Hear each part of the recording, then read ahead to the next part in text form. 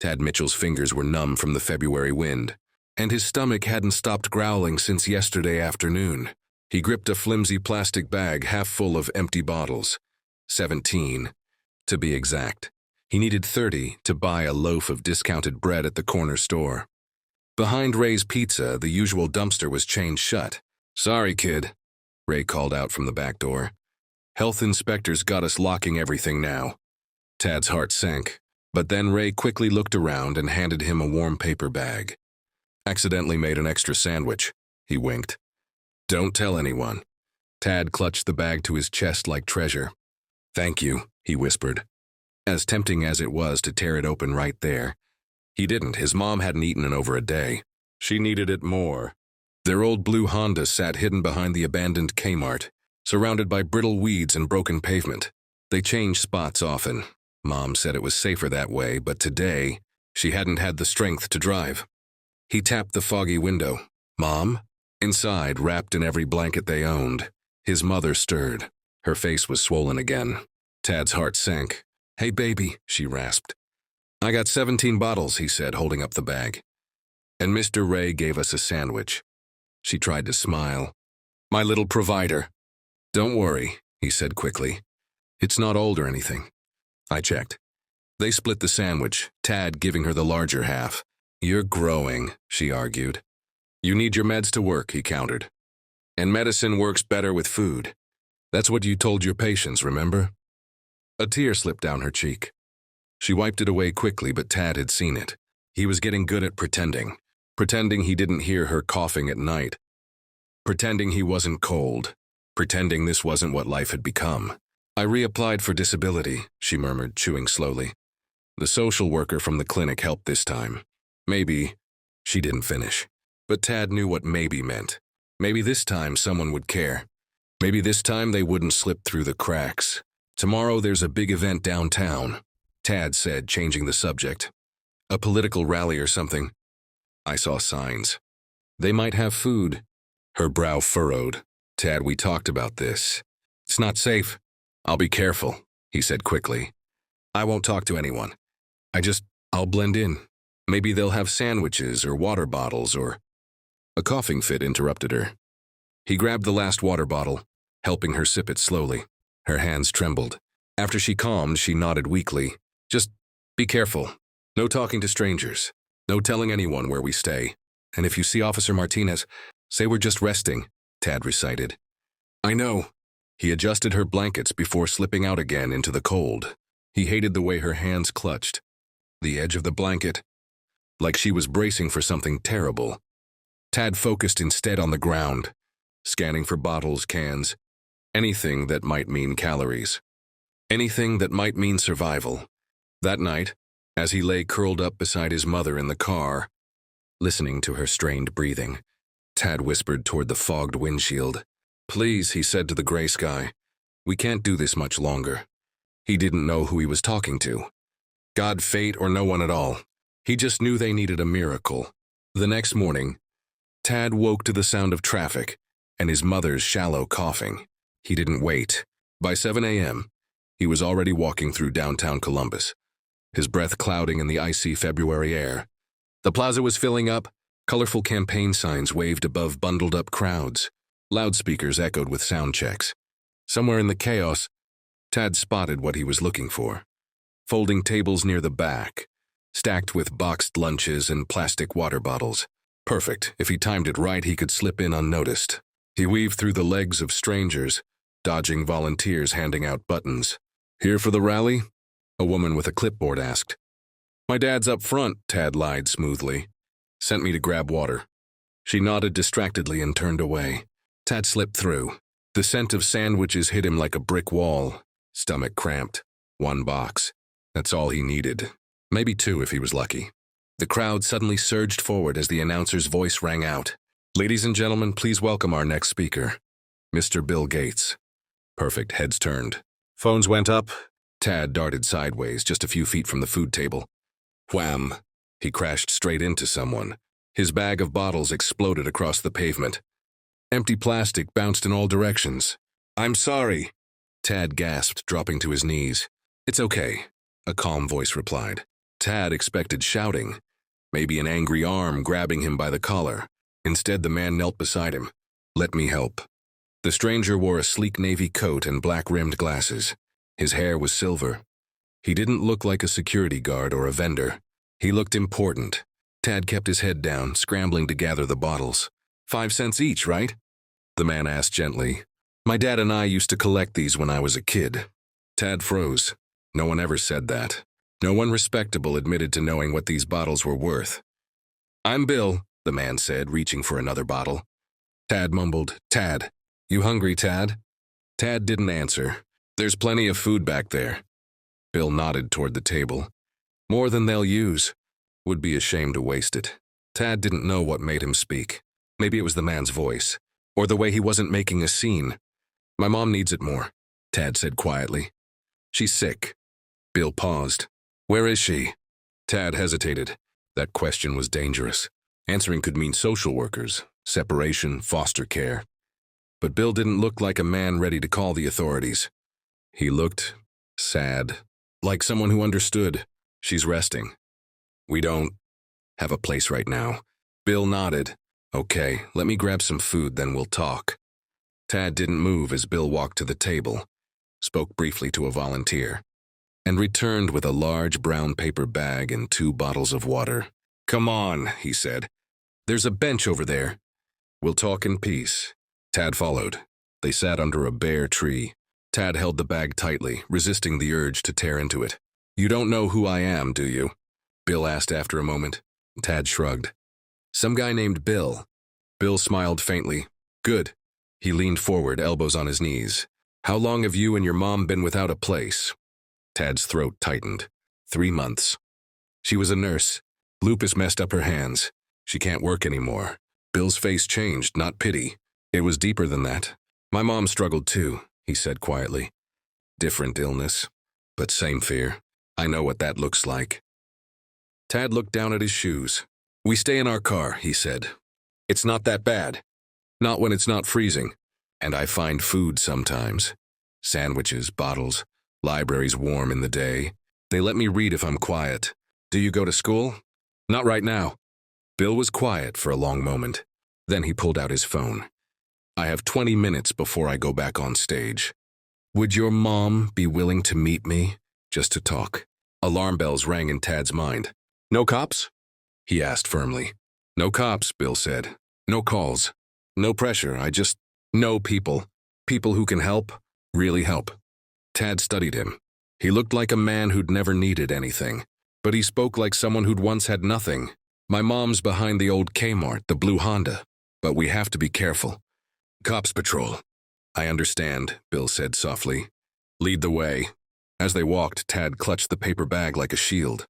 He didn't know if this was a mistake or a miracle, but he walked anyway, and behind him, Bill Gates followed. The frost still clung to the windshield of the blue Honda.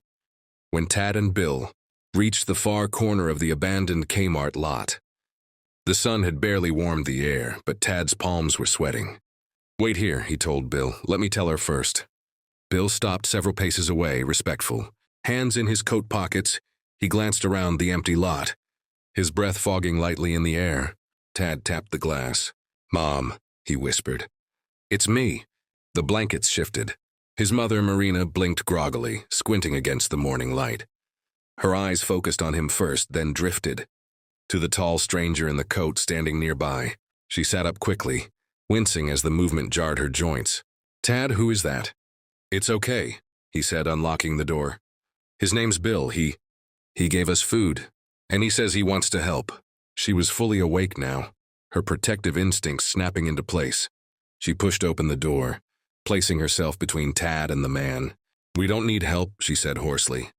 "We're fine." "Mrs. Mitchell," Bill said calmly. "I'm not with the government or law enforcement. I just want to talk. That's all." Her eyes narrowed. "How do you know my name?" "I don't," Bill admitted, "but your prescription bottle's in the cup holder." "I guessed. I apologize." Tad could feel her tense. "He's not like the others, Mom," Tad said. "He knew about collecting bottles." He didn't look at me weird. For a long moment, Marina studied Bill's face. She saw the clean-cut suit and the expensive glasses, But she also saw something else, something in his expression. A quiet sadness, recognition. "I'm Marina," she said at last. "And we're not looking for handouts." "I understand," Bill said. "It's not a handout. It's connection. The same kind of help someone once gave me." She blinked. "You?" He nodded. "Single mom. 3 kids. A rental car that doubled as home for 3 months in Albuquerque. People think I've always had billions. They don't know what came before." Something shifted in Marina's eyes. Bill gestured to the food bag in Tad's hands. "Let's start with breakfast. There's a diner 2 blocks away, quiet, warm, no pressure." Marina hesitated. Her pride wanted to say no, but her body, trembling from the cold and fatigue, whispered yes. "I don't know." "Mom," Tad said gently. "Please." She looked between her son and the stranger. Then she nodded once. "Tomito." Ruby's diner smelled like hot coffee and maple syrup. The waitress barely glanced at their worn coats or messy hair. "Back booth's open," she said, sliding menus across the table. "Sit wherever you like." Tad helped Marina into the booth. She sat stiffly, her joints protesting. Tad slid in beside her, across from Bill, whose coat was now draped over the back of his chair. "Order whatever you want," Bill said. "Ruby's pancakes are famous." "I can't," Marina started, but her stomach betrayed her with a loud growl. Bill smiled. "We'll take 3 breakfasts," he told the waitress without waiting. "Add coffee and juice." Marina kept her eyes on the napkin in her lap. "I was a nurse," she said after a pause. 15 years ER, I never thought I'd end up here." Bill nodded. "I get it. Life doesn't always give warnings. They told me to rest, that I could come back when I felt better, but lupus doesn't take breaks. It takes everything." The waitress returned with steaming plates. Tad's eyes widened at the pancakes. He waited for his mother to take a bite before touching his. Bill sipped his coffee, then leaned forward. "I work with a foundation," he said. "We focus on invisible crises, families who fall between the cracks. We have partnerships with emergency housing, medical advocacy, and school districts. I'd like to introduce you to someone who knows this system better than I do." Marina looked up, skeptical. "Why?" Bill set down his cup. "Because when I was young, someone found me and my siblings in a parking lot. A stranger. She didn't judge us. She didn't pity us. She asked what we needed. That conversation changed everything." Tears welled in Marina's eyes, but she blinked them away. "You don't even know us," she whispered. "I didn't know her either," Bill said. "But she still changed my life." Just then, the bell above the door rang. A woman in a bright red coat walked in, carrying a leather folder. Bill stood. "Marina, Tad, this is Carmen Rodriguez. She works with our housing and healthcare partners. She's very good at what she does." Carmen's eyes were kind but sharp. "Nice to meet you both," she said. "Mind if I sit?" Marina looked at Tad. He nodded once, hope flickering in his eyes. "Okay," she said. "Let's talk." Carmen Rodriguez didn't waste time. Over eggs and toast, she listened carefully as Marina spoke about the diagnosis, the job loss, the denied disability claim, and the car that had become home. When Marina's voice cracked, Carmen never looked away. She didn't flinch, didn't pity. She simply took out a notepad and said, "We can work with this." Tad had never seen his mother quiet for so long. Carmen moved through the conversation like a surgeon, precise, calm, focused. Every detail Marina shared, Carmen turned into a resource. "We have an apartment available in Cedar Grove," she said. "It's temporary emergency housing, but it's clean, safe, and private. Fully furnished. You'd have keys today." Marina blinked. "Today?" Carmen nodded. "My team will help you settle in. Meanwhile, we'll start the process of appealing your disability denial. Our legal partners have done this before, with success." Tad sat up straighter. "It's not a shelter?" "No," Carmen said firmly. "It's a proper apartment. You'll have a bedroom, a bathroom, a kitchen." Marina's hands trembled. "What's the catch?" "There's no catch," Bill said quietly. "Just kindness. And a system built by people who remember what it's like to be on the other side." The waitress brought to-go boxes. Carmen stood. "I have a car outside. If you're ready, we can go now." Marina hesitated. We don't have anything. You've got each other," Bill said gently. "We'll handle the rest." The apartment was small, but it had clean white walls. A full-sized bed, fresh linens, and heat. Tad stepped inside first and just stood there, wide-eyed. It even smelled like lemon soap. A real apartment. A door that locked from the inside. A place with windows that looked out at the world. Not fogged-up glass that trapped it. Marina sat on the edge of the bed, one hand to her mouth. I forgot what a mattress feels like. In the kitchen, someone had stocked the cabinets, bread, peanut, butter, soup, cereal, fresh milk in the fridge. Bill appeared at the door with a small box. Groceries, he said simply. A tradition. Tad helped unpack it, beaming. He opened the fridge again just to be sure it was still real. Carmen joined them soon after with 2 sets of keys and a folder, full of appointment times. Tomorrow at 9 a.m., you'll meet with our medical advocacy team. Then we'll file the paperwork for full coverage. Marina looked like she might cry again. I don't know how to thank you. You don't need to, Carmen said. You focus on healing. That's more than enough. As Carmen left, Bill remained behind, sitting on the edge of the kitchen counter while Tad opened his first new notebook. You're really going back to school next week? Bill asked. Roosevelt Middle, Tad said proudly. 6 blocks away. Bill smiled. I know that school. Great teachers. You'll fit right in. Marina appeared in the hallway doorway. She looked tired, but her shoulders were no longer slumped. She wasn't hiding behind her hair or the blankets. They said my new medication will start working faster with proper food and sleep, she said. And a proper bed. Bill nodded. That sounds right. She hesitated. You changed our lives. He stood slowly.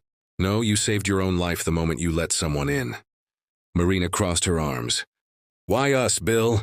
Why this? Bill walked to the door, pausing for a moment. Then he said softly, because someone once found me when I was cold, scared and invisible. That person changed everything. He looked at Tad. And now I see another boy standing where I once stood. And I want him to know that life doesn't end here. Sometimes this is where it starts. Then he opened the door and left them in their new home. Tobito. Later that night, Tad lay on the real bed next to his mother. He stared at the ceiling, no sirens, no breath fogging in the dark. And for the first time in a long time, he didn't feel afraid. 6 months later, the boy who once picked bottles behind alleyways now wore a clean school uniform and sorted canned goods with steady hands. Family boxes get the big soup cans, Skye said, pointing to the donation bins. Her hair was now bright green, but her energy was the same. Got it, Tad replied, stacking the cans carefully. Every Wednesday after school, Tad volunteered at the Community Action Network's food center. It wasn't required. He wanted to be there. He needed to be there. Giving back felt like breathing now. Hey, look who's here. Skye smiled as the door opened. Tad turned. Bill Gates walked in, not in a suit this time, but jeans and a faded t-shirt. He carried a large cardboard box and waved casually. My weekly delivery, he said. Though I hear you're giving me a run for my money. Tad grinned. Maybe. They unpacked together. Boxes of cereal, baby formula, dried beans, peanut butter. As they worked, Tad filled Bill in. Mom's got her first clinic shift next week. Only 4 hours, but still. Bill nodded. And the new meds? Working. She sleeps through the night now. No more night coughs. They didn't talk about the car anymore, or the lupus flare-ups that made walking impossible. That was the past. Now it was progress. Skye reappeared from the office. Tad, your mom just walked in. Carmen's with her. Marina Mitchell entered, cheeks flushed and smiling. She moved with a confidence Tad hadn't seen in years. Baby, she said, hugging Tad tightly. Guess what? What? Tad asked, eyes wide. They found us a permanent apartment. 2 bedrooms, 1st floor, accessible bathroom, everything I need. Tad's breath caught. Really? Carmen stepped forward. And there's more. It's in Michigan, near your Aunt Sarah. Tad's eyes widened. They had reconnected with her a few months back after years of silence. She had cried on the phone when she found out where they'd been. She wanted them close. But what about the clinic? School? Tad asked. Bill smiled. Already arranged. Records are transferring. There's a clinic in Michigan ready to take your mom. And your new school knows your story. Tad stood in stunned silence. It's real, his mother said gently, placing a hand on his cheek. We're going home. For real this time. Tobito. 2 weeks later, a moving truck parked in front of their apartment. Tad stood by the door with one last box in his hands. Inside was the worn plastic bag that once carried 17 bottles and saved them a loaf of bread. He folded it neatly and tucked it into a drawer. A knock at the door. Bill again. "This is it," he said, smiling. "We'll never forget you," Marina said, her voice thick. "You don't need to," Bill said. "Just to keep it going." Tabito. In Michigan, life wasn't perfect. Marina still had flare-ups and money was still tight. But it was life, real life, with a front door and a mailbox, with doctors who knew her name and neighbors who waved. Tad joined the school's community club. On the first day, when asked to introduce himself, he stood up and said, "My name's Tad. I used to live in a car. Now I live in a house. And I believe small kindness can change everything." Tabito. That winter, during a holiday event hosted by a local shelter, Tad spotted a scared boy standing alone with a bag of belongings. He approached him slowly, remembering that feeling. The fear, the shame, the hunger. "Hey," Tad said gently, offering a cup of cocoa. "I'm Tad, welcome, it gets better, I promise." Tabito. That was how the chain continued, one act of kindness at a time. Bill Gates hadn't saved them. He'd just noticed them. And when someone notices you or really sees you, it can change the whole world. Just ask Tad.